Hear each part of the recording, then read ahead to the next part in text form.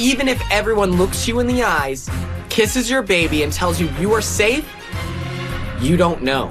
It's time for another season of Big Brother. Welcome to Oh Brother. I'm Anna Rumor with PopCulture, and I'm going to be keeping you updated on everything Big Brother 26 this season, because who's got time to be watching the live feeds? Apparently, that's me.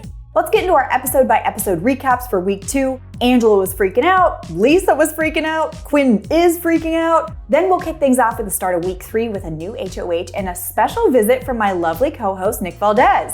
But first, we'll take a look back at week 2. We pick up in the aftermath of Matt's 8-3 eviction, which came in the aftermath of Angela's immediately historic Crazy Eyes rant. Okay, I see you. Crazy Eyes.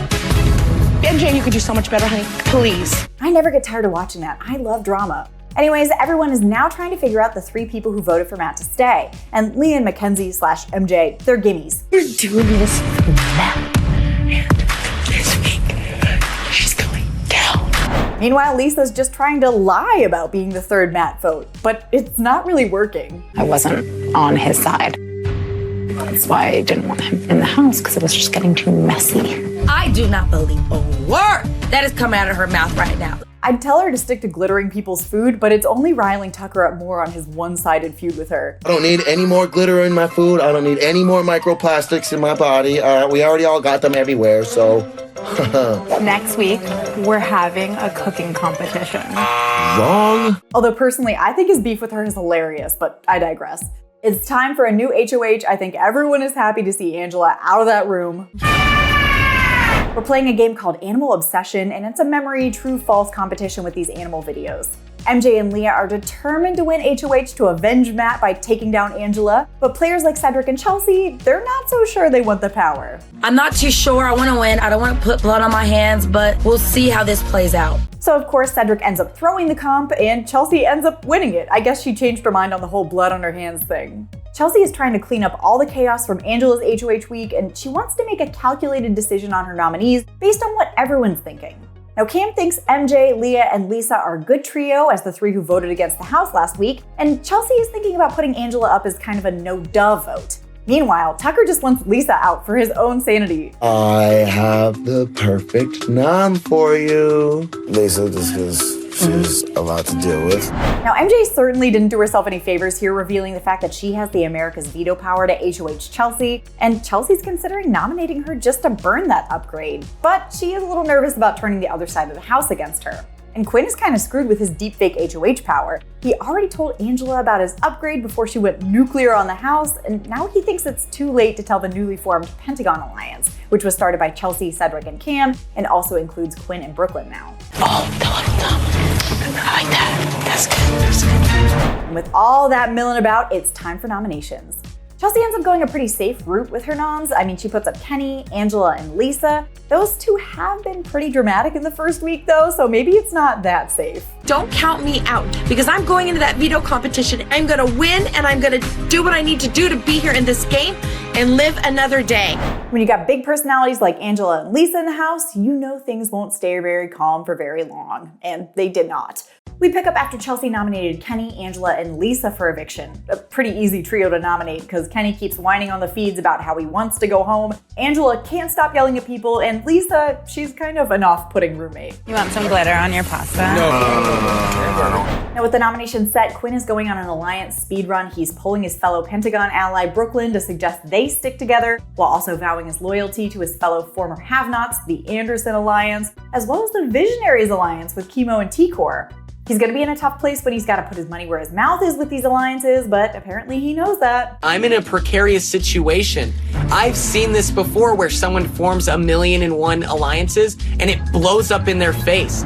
Meanwhile, it's another unofficial alliance that's causing a stir in the house. Cam, Cedric, Chelsea, and T-Core all suggest they just look out for each other in hopes of everyone making it at least a jury. But while they're worried about people thinking they're working together, Angela has her eyes on them. Go in the kitchen, look outside, look at the hammock. That's the group. Now, Quinn's obviously going to tell T-Core that. She's one of his top 10 closest allies. She was like, look in the backyard. And I was like, Angela. And so then I was like, oh, let me check it out. T-Core, I was like, that's my girl. I was like, All right. T-Court tells Cedric, and we leave that situation on the burner to simmer while we compete for the power of veto. Brooklyn and Joseph are joining Chelsea and Menominee in this code tower comp, which has everyone racing to complete this tower of ones and zeros to reach the laser. And seriously, I know I'm just on my couch watching, but what are these people doing? Why would this work? Kenny, who I gotta hand it to him, knows how to stack things, walks away handily with this. And with Quinn. With Kenny obviously preparing to take himself off the block, Cedric passes on what he knows about Angela to Chelsea, and she tries to squash it immediately with her. I feel like it was a premature, kind of flippant comment to make that put a target on our back when we weren't even like coming after you or even teamed up.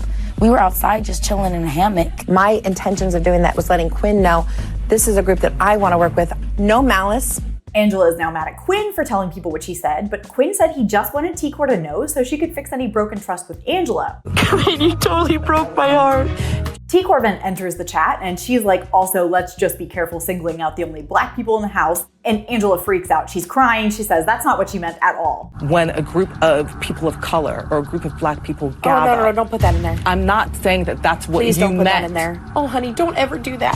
That is, I'm gonna please walk don't away. put it there. Now, T-Court said she didn't even think Angela was being racist, but Angela couldn't hear her out. She was too busy crying about how people reacted to something that she did say. Why is a grown woman crying, acting like the victim? She screamed at you? No, getting mad at Quinn. For what? Because of what she said. Poor Cedric, he's just trying to make lunch. It was not because of race. Oh my God, that hurts. Now, Angela did take some time and reconsidered her reaction, thank God. She pulled T-Court and apologized for not listening, and T-Court accepted it. I should have been listening to you, and I wasn't sensitive to what you were trying to say to me. And I should have been. But Angela's ticked that Quinn seemingly was trying to paint a bigger target on her back because she's the only one who knows about his secret power. And yeah, that's kind of what he was doing. My intention was for her to smooth things out so that we don't get into these public call-outs. But at the same time, I was scheming. I was fully scheming. Meanwhile, Chelsea's still like, who am I putting on the block to replace Kenny? Tucker volunteers to go up as a pawn to solidify his relationship with Chelsea, and because he's pretty confident he can beat Angela and Lisa in the AI arena. I mean, he's probably hoping it's like hand-to-hand combat with how much he hates Lisa, let's be real. And while Tucker did volunteer, he does kind of turn it around pretty quickly. He tries to get Chelsea to put up Mackenzie instead after he got her to admit that she's got a secret power too. Now, this would be the perfect chance to force MJ to burn her power while not really having her as the target. Chelsea agrees, but would it draw a line in the sand too early? And does MJ really have enough people on her side to draw a line in the sand right now? In the end, Chelsea goes the safe route. She puts Tucker up when Kenny uses the veto on himself. Honestly, it's probably a smart move after a chaotic first week, but how are Angela and Lisa gonna take being targeted like this? I'm still on the block, but my vibe is giving winner. It's hard to imagine Angela sinking her game any further, but leave it up to Mama Ange to make things extra spicy before a shocking live eviction. We pick up with Angela, Lisa, and now Tucker on the block after Kenny used the veto to save himself. And while Tucker did volunteer for Chelsea to put him up as a pawn, he's clearly putting in the work to try to convince everyone to vote out Lisa, who he both hates and thinks has the secret power that Quinn actually has. I do know you voted for Matt. I do know you have a power-up, so let's talk. Tucker, seriously? Yeah. None of that is true. Well, then I already know you're lying. Lisa, why do you keep lying about the Matt vote? Look at Mackenzie and Leah. No one cares. Plus, Tucker is basically a secret agent. I've studied what the CIA to go undercover. I covered things up. Angela's credibility is also shot from her just being super crazy around the house. She tries to tell Tucker that it's Quinn who actually has the second power, and he truly does not believe her. It's a snake in the grass. Everyone's just got to stay calm. No one likes the extra dramatics. Although it does put Quinn in a tough spot if he actually wants to use the power, and it works exactly how Angela describes it. Uh-oh. But Angela just can't lean into her leverage over Quinn to stay. She's got to come for Lisa for some reason. We're too late! I did it! Thank you. I don't really care. You're welcome. I'm sure you do, you little twit. Excuse me? And what goes down next is wild to watch. Please stop bullying me. I'm not It is bullying you. unnecessary and really I'm not a bully. I'm not a bully. Don't call me a bully, Lisa. Don't call me a twit. Well, you are. Lisa may be a glitter poisoning wacko of a vibe curator roommate, but I admit I kind of felt bad for her here. Is there any way on God's green earth we can get rid of both Angela and Lisa? because I don't know if we can take one more minute of either of these jokers.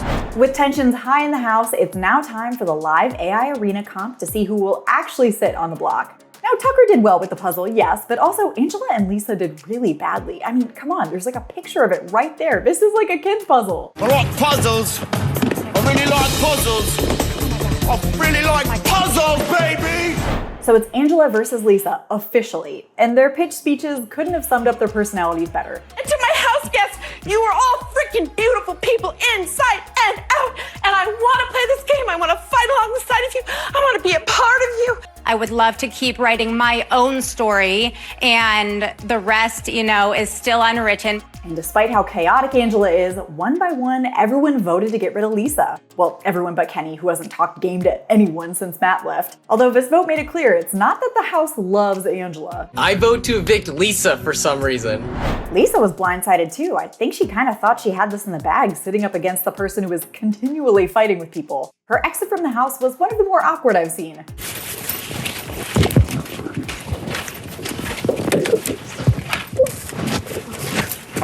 And Angela was shocked too, honestly. She's 2 for 2 in fighting with people who got sent home that week, so I just know I would be keeping way on her good side. But what will this next HOH bring?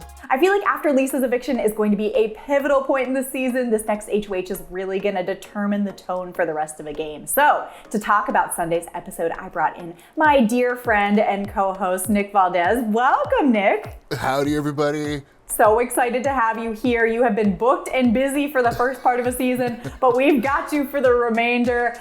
Because we didn't get to talk about it, tell me a little bit where you fall on the Lisa-Angela eviction of it all. I think I was surprised about how, just overwhelming in favor of sending Lisa home it was. I did not think the entire house was going to push her out, and certainly she didn't either. And, that was the most awkward goodbye hug, ever. She was just stonewalled faced, while the rest of them were all also kind of had stonewall faces of hugging her, of just all right, you're out, but outside of that, Angela's just kind of wild, and I really just want her on my TV more. That's how I feel. I understand doesn't seem like a very good person. She doesn't seem like a very good player, but she is really igniting a lot of fires in the house. And so, we'll talk about nominations in a second, but we've got to keep Angela around, right? Yeah. Also, if someone was putting glitter in my food too, they would definitely be out as soon as possible. What? Don't poison me. Don't mess with people's food. That is a very simple rule in the Big Brother house. So I was shocked, and she was shocked, but it's not that surprising looking back. Yeah, it's edible glitter. Day one should have sent her home, but it just took a while, right? It did. Now we got to talk about this week because Angela's reeling from still being there. Everyone else is Angela, you're still here. It's okay. But what happens next is ultimately going to be determined by this new HOH. So let's talk a little bit about that competition and our winner for the week. What did you think about this Candy Crush themed obstacle course math equation? I loved it. I didn't really understand the rules until Quinn was oh, well, they reset. You can press the same one twice. And I'm oh, okay. Then it all kind of clicked for me. Yeah.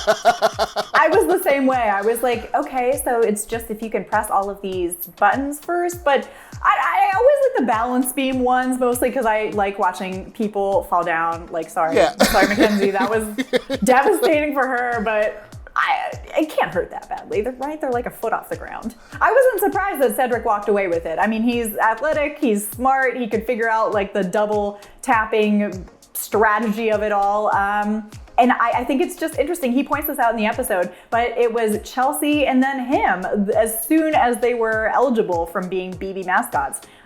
which is, again, something that Chelsea was like, please don't say that publicly because it's a great narrative. Yeah, no, like I was instantly like, oh, that's right. Like they bounced back so hard to the point where Chelsea's like, well, don't tell everybody how well we're bouncing back. Like that's the thing, because now like he is an automatic target. It would be for me anyway, like as an opposing player. Oh, totally. He's way smarter than he portrays in the house, but I think that other people are starting to catch on to that. He's athletic and he's very likable. So it was really good for him to get the power this week to kind of see what he can do in the house.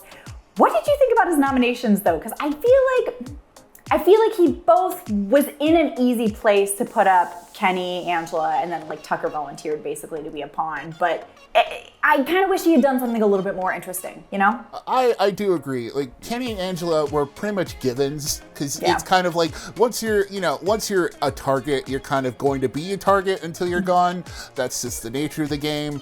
And then you have Kenny sitting there not defending himself either, of being like, well, it's time for me to go home.